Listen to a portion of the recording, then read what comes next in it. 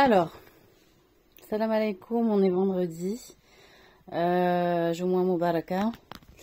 Je fais une vidéo donc en djilbab puisque j'ai acheté récemment un djilbab Bordeaux.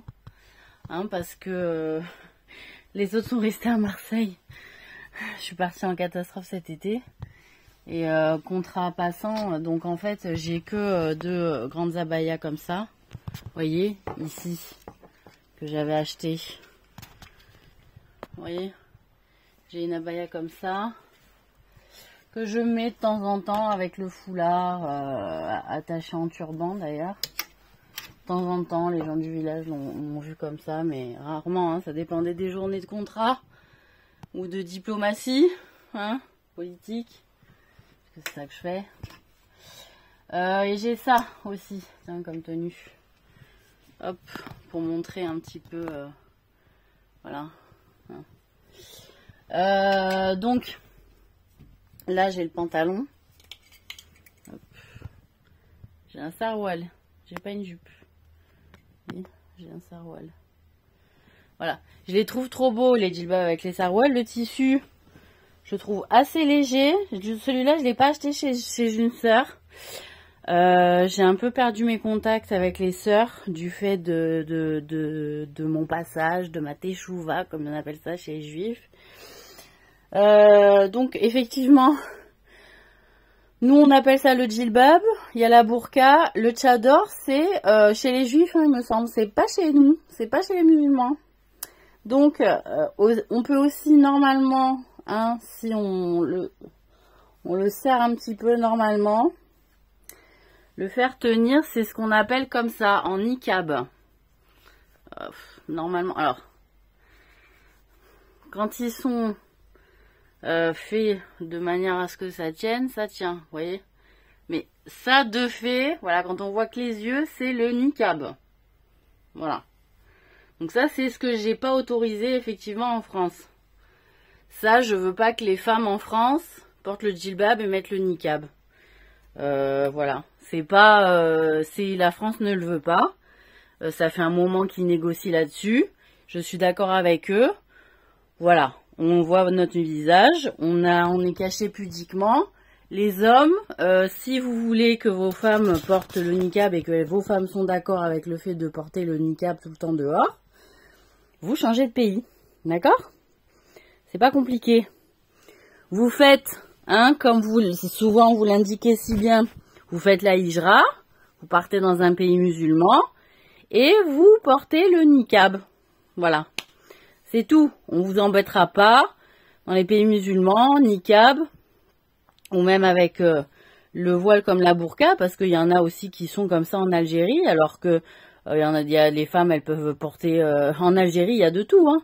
Il y a du sans voile, il y a du voile simple, il y a du djilbab... Il y a de l'abaya, il y a du niqab, il y a de la, pas la burqa, type comme je vous ai montré hier, mais par exemple une abaya avec juste un voile comme ça, niqab.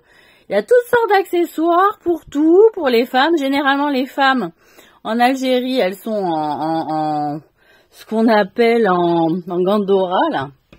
Moi j'en ai, hein. Par exemple j'avais ramené ça d'Algérie. Je les avais achetées, je les avais trouvées magnifiques. Mais il y avait aussi celle-là, que j'ai achetée ici, à Belzunça. Il me semble à Marseille. Ça, je vous montre. Ça, c'est ce qu'on appelle une gandora. Généralement, c'est un truc pour garder, pour rester à la maison. Vous voyez, les grandes tuniques comme ça. Bon, bah, d'Algérie, moi, j'ai gardé celle-là que j'ai trouvée... trop belle. Bon, il y en avait une autre, Bordeaux et blanche, mais je sais pas qui c'est qui m'a fait faire n'importe quoi avec, en tuba. Vous voyez? Voilà. Ça, l'été à porter. Généralement, elles portent des trucs comme ça l'été à la maison. Et après, elles mettent une robe abaya, la fermée jusqu'en bas, le foulard, et basta, hein. Et on voit leur visage, hein, pour la plupart, hein. C'est pas dans tous les pays musulmans. Allez en Turquie, vous allez voir, c'est pareil, hein. Il y a du voile, pas du voile, voilà. Vous voyez, bon.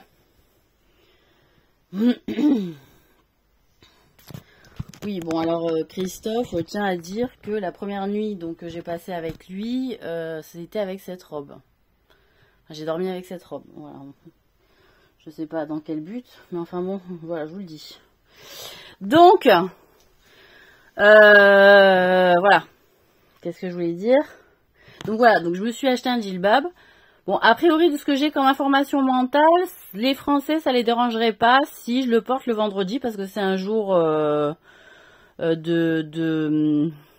religieux pour ma religion, et que donc, pas au travail, ça j'ai bien compris, mais si je veux sortir, vu mon statut, ça les ennuierait pas du fait que c'est un jour religieux le vendredi.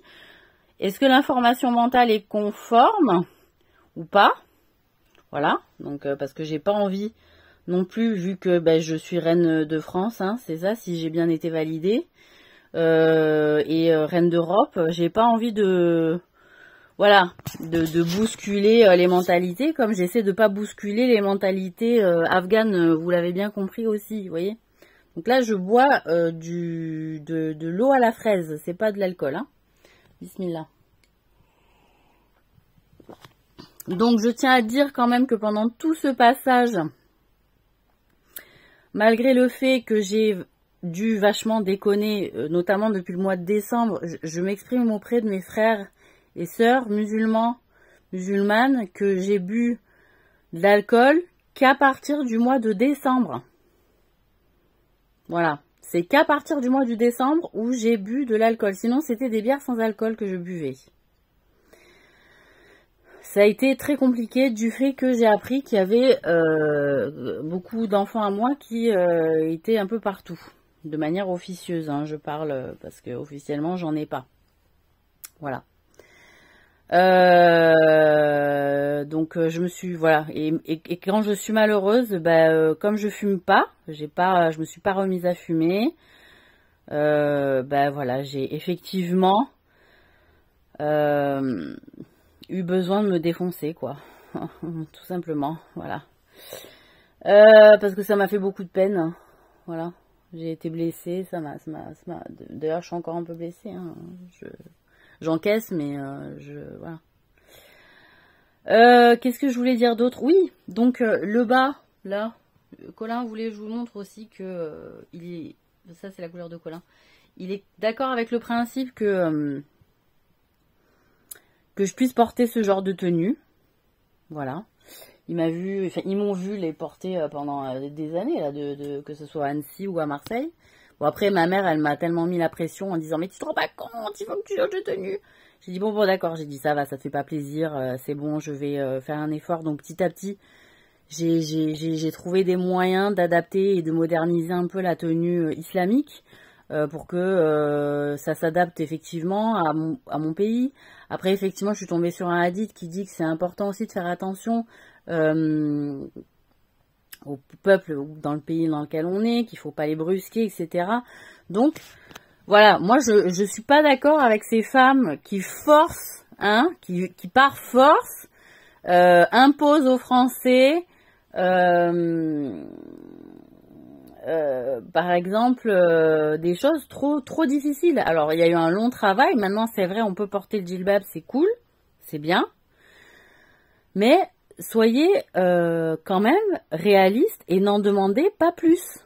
Voilà, à un moment donné, c'est stop. Voilà, on s'arrête là. On s'arrête au djilbab ou la abaya et le khimar, mais pas de niqab, pas de burqa, pas de voile sur les yeux. En France, c'est pas plus. Et en Europe, ça sera sûrement pareil. Dans les autres pays aussi. Sinon, je vous dis, vous faites la hijra. Si vous n'êtes pas content. Voilà, comme ça, vous verrez ce que c'est aussi, que c'est l'argent qui vous rattache au pays de la France, et que là, vous n'êtes pas dans votre islam, si c'est l'argent. Parce que vous connaissez la vie du prophète Mohammed, sallallahu alayhi wa sallam, vous savez qu'il était le plus pauvre des pauvres, malgré le fait qu'il gagnait les guerres et qu'ils avaient des butins, de fait. Il est donné, il se laissait rien. Même ces femmes, elles se plaignaient, elles disaient, mais garde un peu pour nous.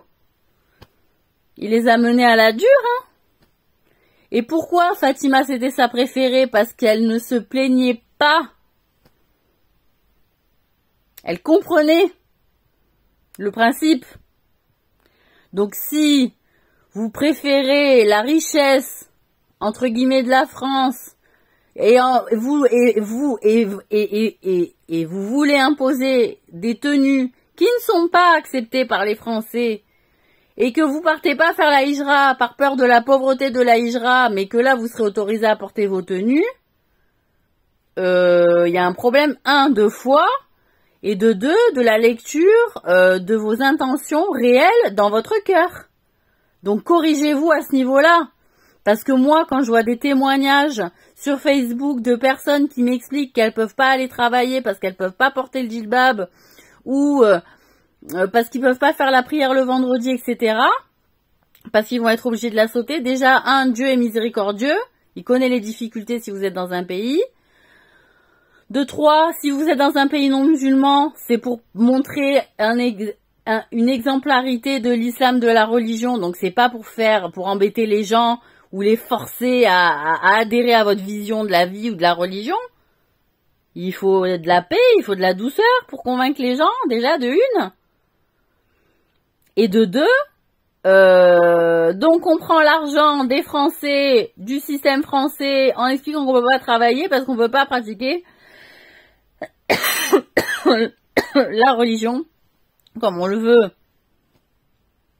Alors, que les Français ne m'expliquent pas que le voile ne fait pas partie de leur culture, c'est faux.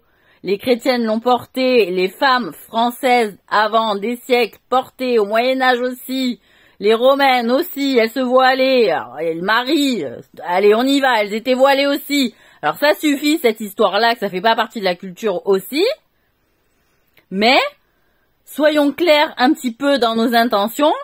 Si on reste pour le pognon de la CAF et pour pas avoir travaillé, pour pouvoir sortir le djilbab dehors, ça va 5 minutes.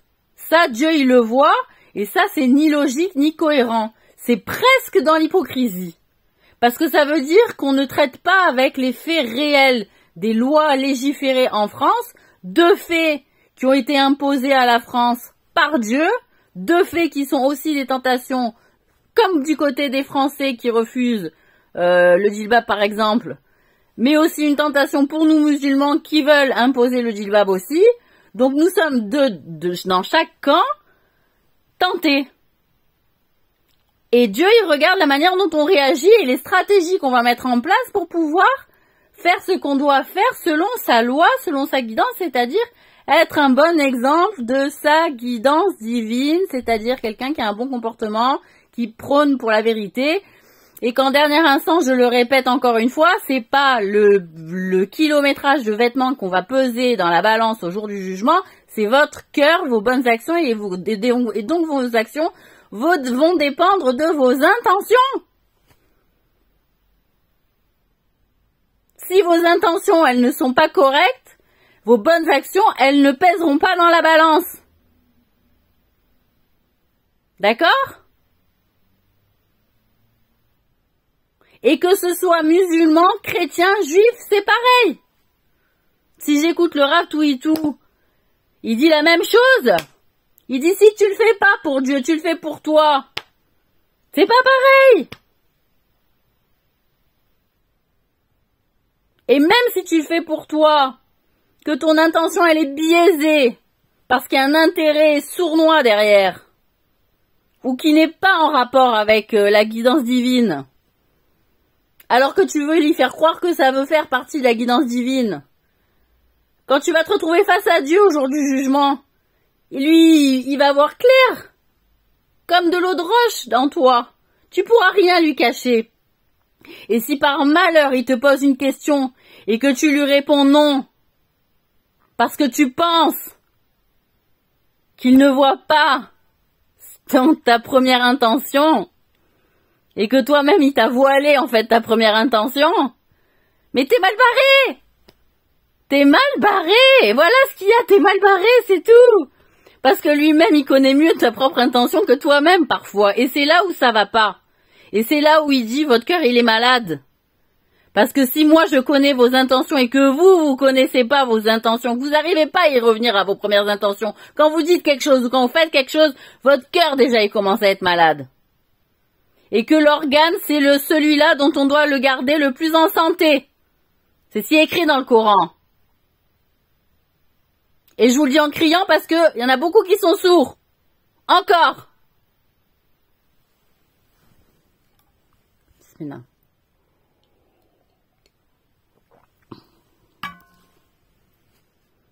Voilà. Donc les sœurs, soyez contentes, vous pouvez porter votre djilbab.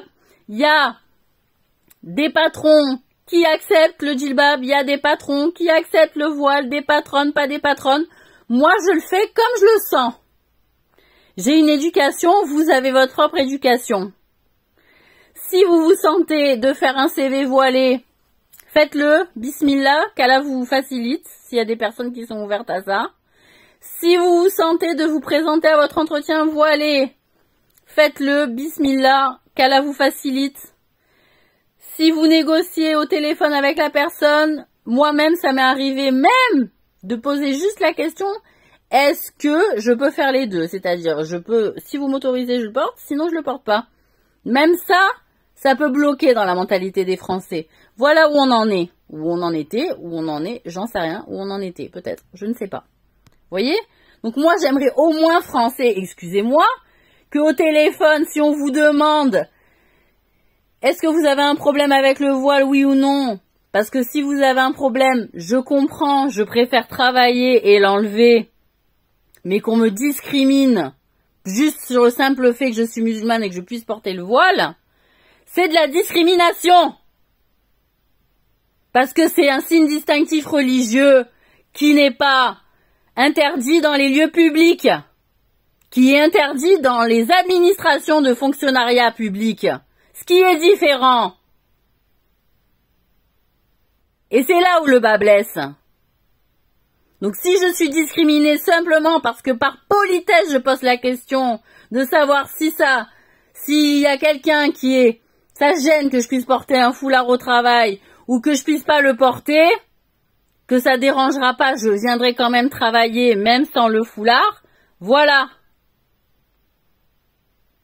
Mais ce qui s'est joué à la gym, et ce qu'ils ne disent pas aussi, c'est que mon parcours a commencé à la gym, et que de fait, l'histoire du foulard s'est imposée, et que c'est pas de mon fait, où moi j'ai commencé à travailler à la gym sans foulard, et qu'après j'ai demandé au patron si je pouvais le faire, alors que je m'étais engagée par écrit à pas demander. Mais parce que d'un coup j'ai réalisé que j'avais toutes les filles au cul, et qu'il allait falloir que je revienne sur ma parole et sur mon écrit. Ça dépendait pas que de moi, cette question-là que j'avais eue vis-à-vis de mon patron. Et ça, j'en étais parfaitement consciente, et lui, il le savait aussi. Sauf qu'il peut se cacher derrière les mouchoirs. À un moment donné, il y a un passage qui s'est fait pour moi. Enfin! Enfin! Et mon nom a été noté dans le livre de la vie. Enfin! Et on voulait m'en empêcher, moi! Donc, dites Hamdoulillah, Allahu Akbar, que je suis inscrite dans le livre de la vie, moi, qui ai pris soin de vous, des milliers de fois, qui vous soyez presque. Donc j'en ai marre de ces débats, surtout pour des histoires d'apparence. Donc que chacun reste sur sa place, et je tiens mon engagement, je vais pas imposer le niqab ni quoi que ce soit. J'ai dit djilbab, oui, mais pas de niqab en France, j'en ai marre. Je veux pas que des flics, ils passent leur vie, c'est pareil pour l'alcool. Je veux pas que les flics, ils passent leur vie à arrêter les gens pour des histoires parce que les meufs, elles se mettent un truc parce qu'il y a un virus. Parce qu'alors ça, les tricheries comme ça, j'en veux pas non plus. On se met pas...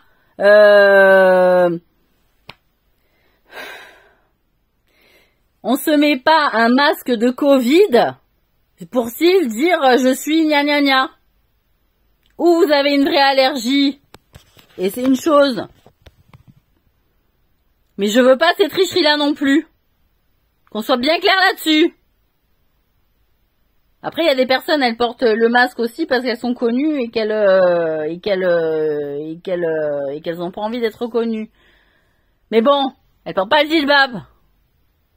Donc je veux pas de ça. Je veux que chacun tienne ses engagements.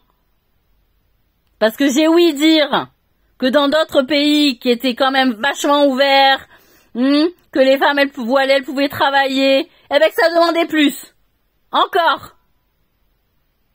Il faut savoir s'arrêter, se tenir à ses engagements. Alors, donc si vous n'êtes pas contente, vous changez de pays et vous verrez comment ils vivent. Et il faudra savoir se contenter de peu.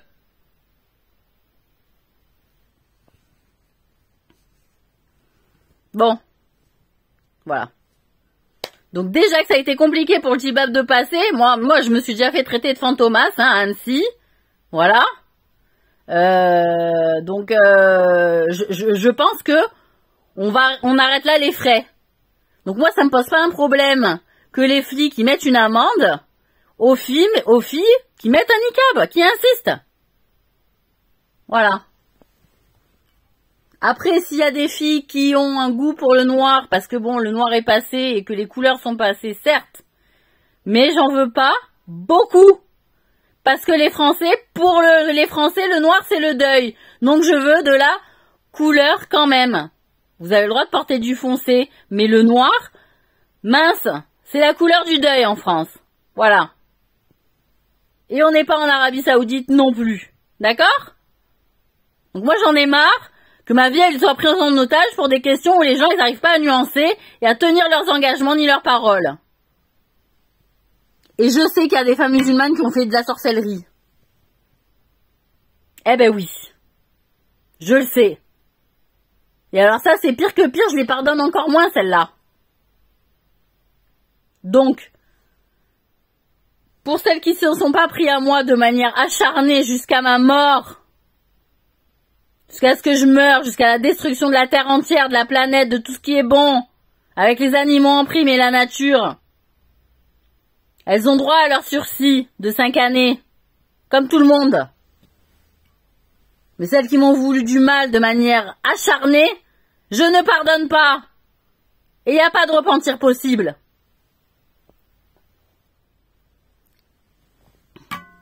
Je reste sur mes positions. Voilà.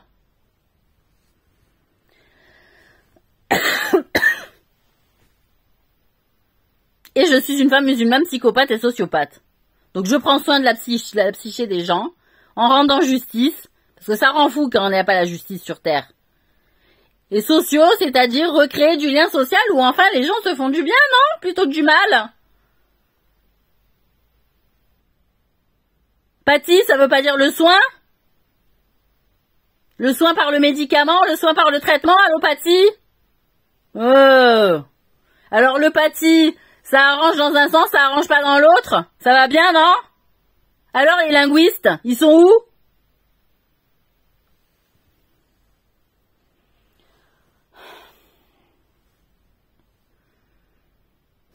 Donc je sais pas. De toute façon, je sais pas, sortir, pourquoi faire, on sait plus. Donc je vais attendre. J'en sais rien si je sors aujourd'hui. Je sais pas. Bon, en tout cas, les gens sont un peu plus gentils avec moi, là, ces derniers temps, dans le village, pour certains. Donc, voilà. Bah, je le note. Mais bon, voilà. Ce que j'ai dit avant dans mes engagements sur mes réseaux sociaux, ça va pas changer. Parce que j'ai une couronne sur la tête. Et comme mon araignée elle est transparente. Elle est liée, mais elle est transparente, d'accord? Voilà. Parce que j'ai pas besoin d'or. J'ai pas besoin de mes kilos d'or, moi. Moi, j'ai besoin de... Moi, mais mon salaire, vous savez ce que c'est. Voilà. Et déjà, je veux retrouver... je veux gagner ma vie, je veux qu'on me laisse travailler, voilà, oui, alors ça, voilà, ouais, ça, j'ai pas envie d'être au frais de la princesse, j'ai envie de travailler, donc j'ai envie de pouvoir vendre mes toiles, j'ai envie de pouvoir aider les gens en tant que thérapeute, vous inquiétez pas, je gueule pas comme ça, hein, quand je suis en thérapie, je suis toute douce, calmez-vous, n'ayez pas peur, quoi, je veux dire, de vous tourner vers moi, et j'essaierai de faire une vidéo un peu plus sympathique sur ce sujet, mon Dieu. Et ensuite de ça, j'aimerais pouvoir avoir un petit temps partiel. Voilà. Donc, ou dans la restauration, parce que j'aime bien le service. Voilà. J'aime bien être dans le truc, voilà. Et pas dans la cuisine, dans le service. Voilà. Moi, je suis quelqu'un qui est très avenante. Voilà. J'aime bien le rush, tout ça. Mais j'ai pas envie de bosser dans une cuisine, non. J'ai envie d'être au service. Voilà. Et puis quoi d'autre Bon, après, dans les magasins, bah, trier, ranger, organiser, gnani, nana, bon, encaisser, ça c'est tout ce que j'ai déjà fait. Donc, voilà, ça je connais. Voilà. Bon. Mais là, ce week-end, je voulais passer un week-end tranquille. J'ai déjà postulé pour quelque chose, mais ils m'ont pas appelé. Donc, voilà. Pourtant, j'ai fait une vidéo. J'avais pas le voile, tiens. Oh. Mais peut-être je suis grosse, peut-être j'ai parlé avec un accent marseillais, peut-être si, peut-être là, vous voyez. Aussi, les recruteurs des ressources humaines. Franchement. On comprend pas. C'est tout aligné comme, je sais pas moi, comme un mot croisé, quoi. Bah, c'est bon. J'ai fait une très bonne... Mais j'ai pas parlé comme ça, évidemment. Non, mais c'est pas vrai. Mais je suis peut-être trop moche. Ouais. Bon, voilà, allez. Salam alaikum, que la paix soit sur vous. Et puis voilà.